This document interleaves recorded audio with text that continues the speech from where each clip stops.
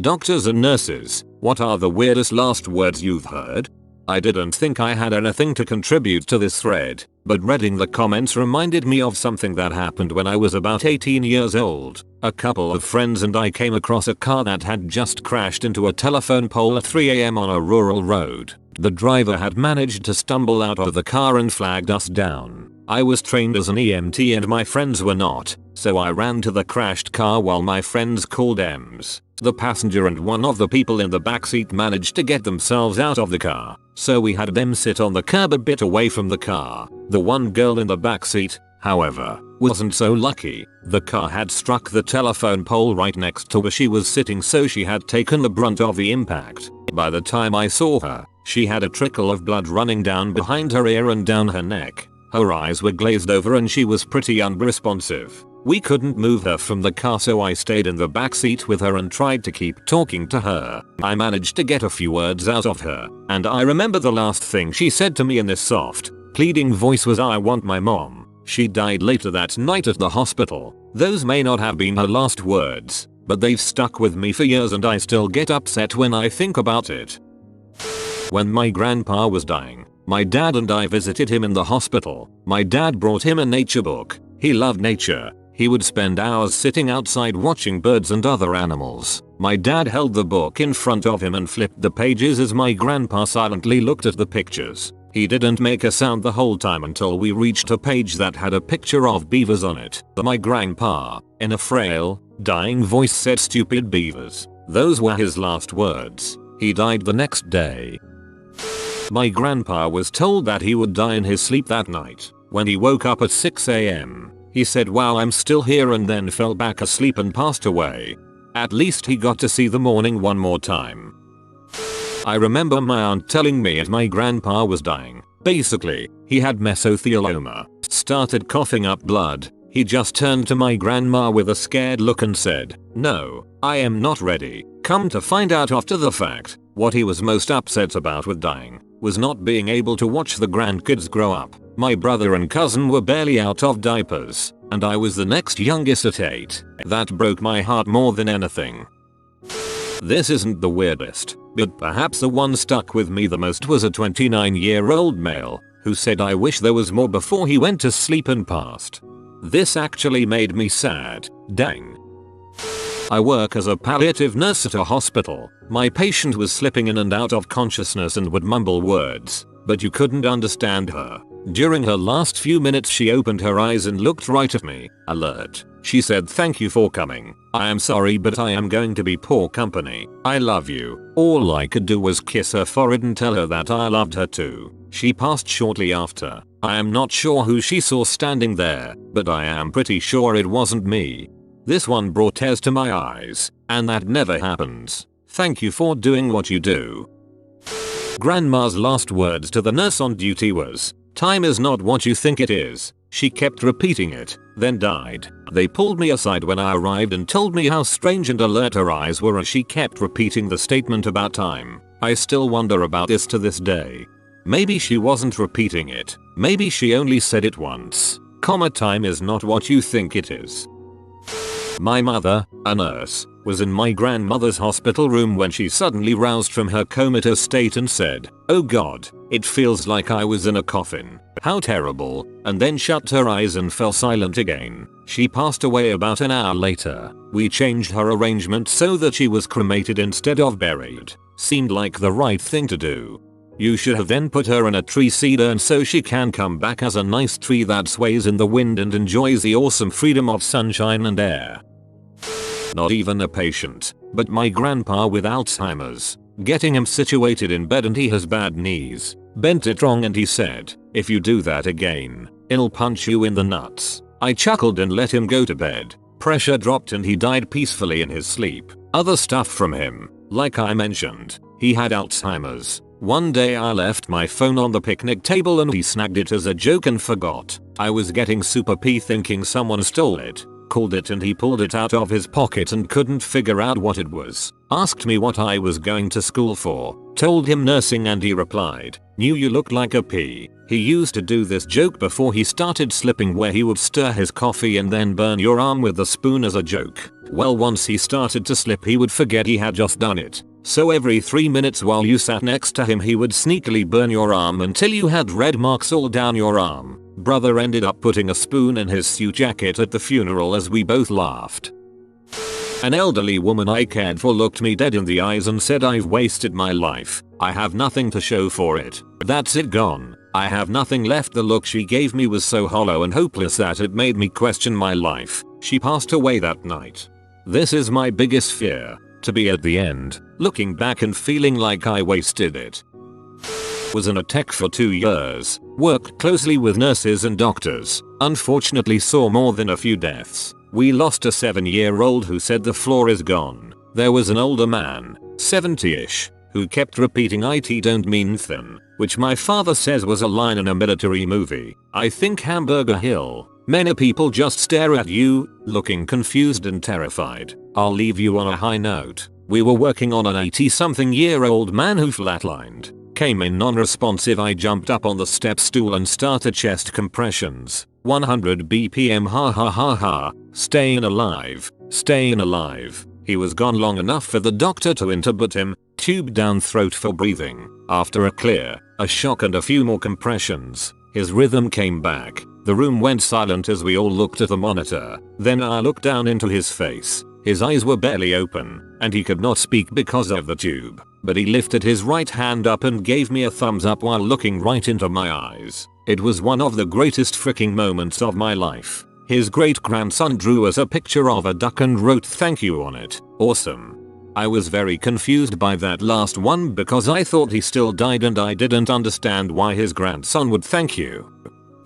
Fun fact, but famous author Roald Dahl almost final words were, "I'm not frightened. It's just that I will miss you all so much." To his family. After falling unconscious, the nurse then injected him with morphine to ease his passing and he said his actual words, "Now, frick, only real way to leave." Legendary physicist Richard Feynman came out of his coma apparently to put his arms behind his head to look relaxed and said this dying is boring before entering his coma and later dying. Firefighter paramedic here. I've seen way more than my fair share of active deaths. The 36-year-old we coded last week said, "I'm going down, guys. I'm going down." He went into VFib and didn't come back out of it. I had a man once in the ER who coded and we shocked him and got a rhythm back. He woke up and asked if he died. Then he started crying and said he saw God. Then he coded again. About that fast too. The craziest thing I've ever seen was a skinny woman who went into cardiac arrest, and since it was witnessed, we were able to start compressions immediately. As we compressed her heart, she would wake up and kick us and try to scream. The second we stopped compression she would go back out. This continued over and over for a good 30+ minutes until the cardiologist ordered us to stop. We had a nurse dedicated to speaking in her ear to try to reassure her and get her to stop kicking. Another crazy one. I had a man witness his own heart stop. He was having an arrhythmia, I'll spare the details, and I had the deathbed turned towards him in the ambulance. He was watching the monitor as I was treating him and his heart stopped cold. He looked at me with a panic, put his hand on my knee and went down. The poor guy literally watched his own heart stop when he died. The last guy is rather upsetting. Yikes. Grandfather told me to eat my green beans, then pass moments later. I eat the frick out of my green beans.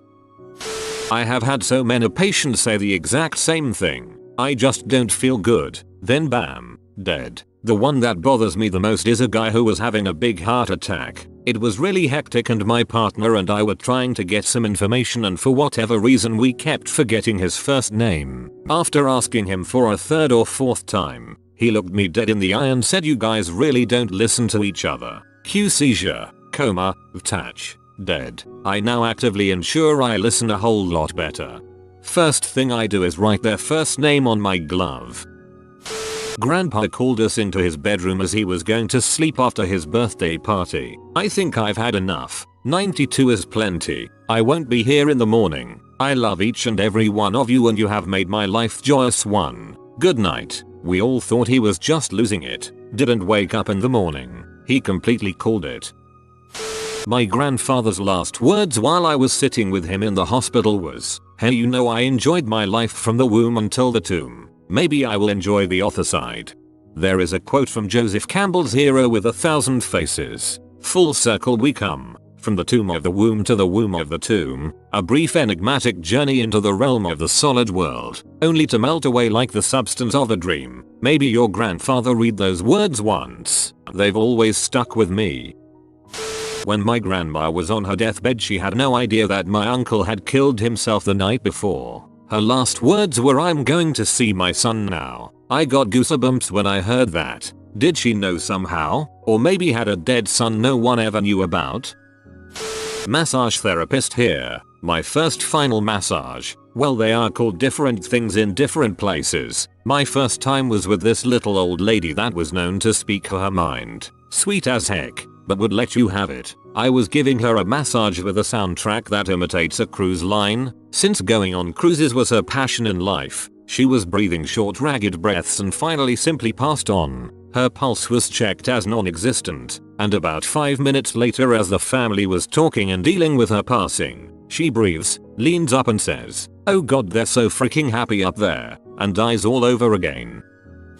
My GF just told me a story of her grandma's last words. Her grandma had a stroke and barely talked anymore. Shortly before she passed, she motioned for my GF to come closer to her. She mouthed words, barely audible, and my GF couldn't understand. So she leaned closer, still nothing. Leaned closer again. Her grandma smacked her in the head, laughed, and said, "Got ya." Those were her last words to my GF. I had a patient tell me that his saxophone was broken. I still have no clue what that means. 1. While I was attempting to save a man burning to death in a car accident, he sputtered out, "Please God, not like this. Wish this was fake." 2. On a lighter note, I've been told that Sam Houston's last words were to his wife, from his deathbed, "Texas, Marie, Texas, because, Texas. My worst fear is burning to death." My mom's a nurse. Before she got her current hospital job, she used to work at an old folks home. She's got quite a few stories, but the one that sticks out the most is that one of the orderlies came and got her to tell her that one of her residents was looking really weird, pasty white and wide-eyed and not like himself. When she went in, he looked at her and said, "Thank you for coming to see me. I'm going to die now. Have a nice evening." He closed his eyes, coded, and died. The last coherent thing my dad said was it wasn't supposed to be like this. The last noise he made before he died was a weird gaspy cough, and I hated it. Also, frick cancer. I have a humorous one from my favorite patient, a hilarious man who died 3 years ago. He was obese, had diabetes, and for years I was advising him on getting into better shape. He was charming and joked about his problems as opposed to addressing them. Eventually he developed bad leg ulcers as a complication of diabetes and underwent a below-the-knee amputation. When I saw him in the ICU after being extubated after his operation, he struggled to talk, but had to get his greeting in. "Good news, doctor. I've lost weight." Poor guy died 10 minutes later from a massive myocardial infarction. I'm working EMS. Victim of a car wreck looked me in the eye as we had just extricated her from the vehicle and said, "Tell my daughter." Then lost consciousness. I told her 13 years old daughter that mommy said she loved you very much before she passed. On second thought, this isn't weird at all. It was just really sad. This is really sad, and you did the right thing. My father's last words were to me. I was the last one to make it in that morning. He told me that if he dies, he wants to respawn in a different place. We had sorta rebonded over Halo 3 in his last few months. He went into a coma a few minutes after waving goodbye to everyone. I still laugh about it from time to time. Took the sadness off a bit. This is awesome. I'm a huge Halo fan. I wish my dad played games like that with me. I was raised by my grandmother and great-grandmother. My grandmother died from a swift, from diagnosis of stage 4 1 month, but rather excruciating battle with pancreatic cancer. This was several years ago and I was 21 at the time. I had been married to my wife for 2 years. My wife was young when we met, and we both made a lot of bad decisions back then. We had a son together. He is 7 now, who was a toddler at the time. The last words my grandmother, who was my favorite adult parent for my whole life, said to me was, "Don't trust her, paramagnetic." It didn't really affect me at the time, but now 7 years later, about to have my 9th anniversary and my second child with my wife, who has never wavered in her love for me, and me to her, it has been really difficult to reflect back and dwell on the fact that she truly felt that way about my wife. I loved my grandmother dearly, and still do, but often all I can think about when I try to reflect on my time with her is that last statement, and her condition. Visiting every day for several hours and watching someone you are so close to die from cancer is not a pleasant memory. Sorry, reading all of these made me need to get that out. Thanks for listening if you did. I once had a patient say, and no one ever figured me out and then passed. He must have had a heck of a secret. Maybe he meant in a broader sense, like no one ever knew the real him. When one of my grandpas died, he let out a series of 3 loud, hoarse, and dry screams that I will never forget. That sounds terrifying. My grandfather asked his doctor is the order given, and without missing a beat his doctor says the order is given. He died about 5 minutes later. Proud Trekkie till the end. I know it's weird but this teared me up. My grandpa's last words were never work for a Jew. Good old Grandpa Adolf. As my mom was dying she was reaching out calling for her mother who had been dead for over 30 years. She was speaking in her native language, so I could only understand her mom's name. However, the last thing she said in English was, "Oh well." She repeated this dozens of times all while laughing. I'm not sure I could sum up life any better than that. Oh well, frick cancer. I work in oncology hospice. If any of you have worked in the medical field then you'll know deaths often happen in threes. Not even joking, this one lady was going to be our second death of the evening. I was sitting with her while her family took a break and she kept on looking at the corner chair where no one was sitting. I asked her what she was looking at and she said, "Oh, it's just, due to HIPAA we'll call him Charlie. He's waiting for me, we're going to go together." She never said another word and passed shortly after. It may have seemed like a normal thing because many people see things before they pass, but Charlie was patient number 1 who had passed earlier in the shift.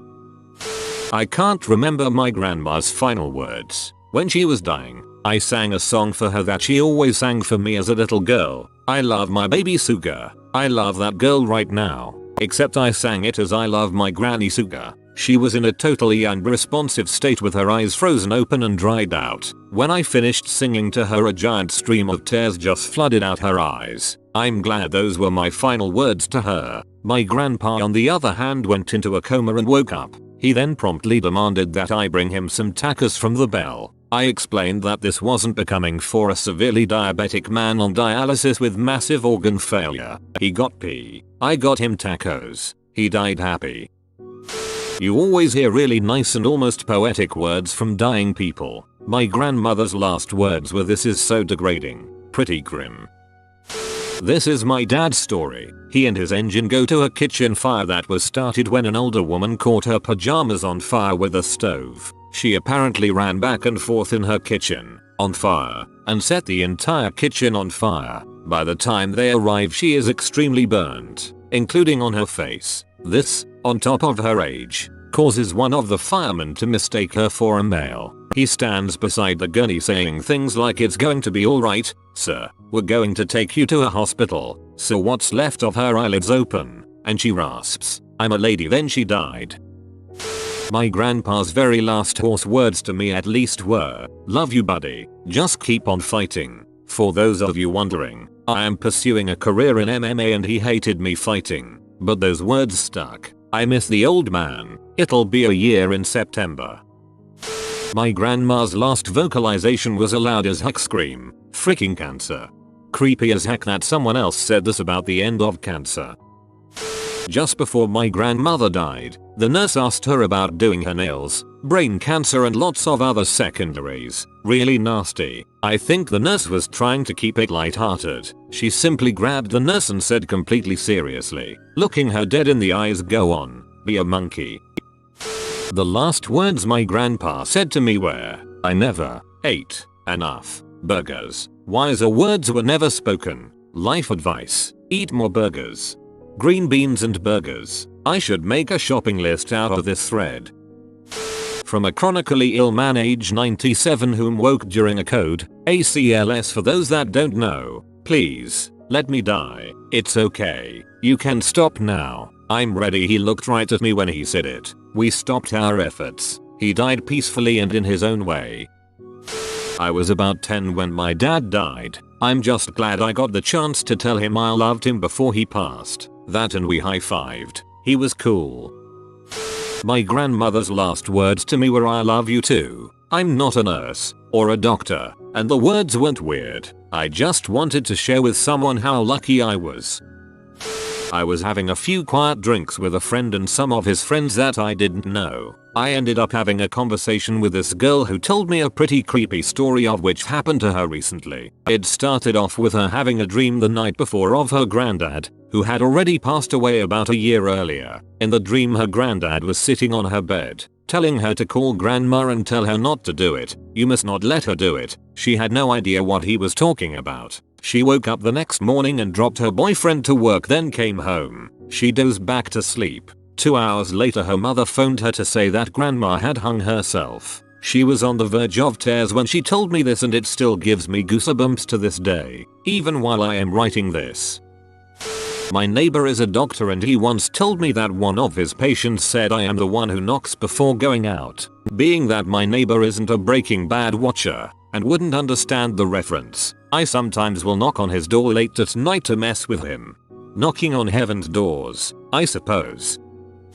You have been visited by the wealth rat. Subscribe in 12 seconds and he will share his wealth with you. If you are new to the channel, you can subscribe. I publish new videos every day. Until then, check another video, or don't. Either way, have a great day you magnificent people.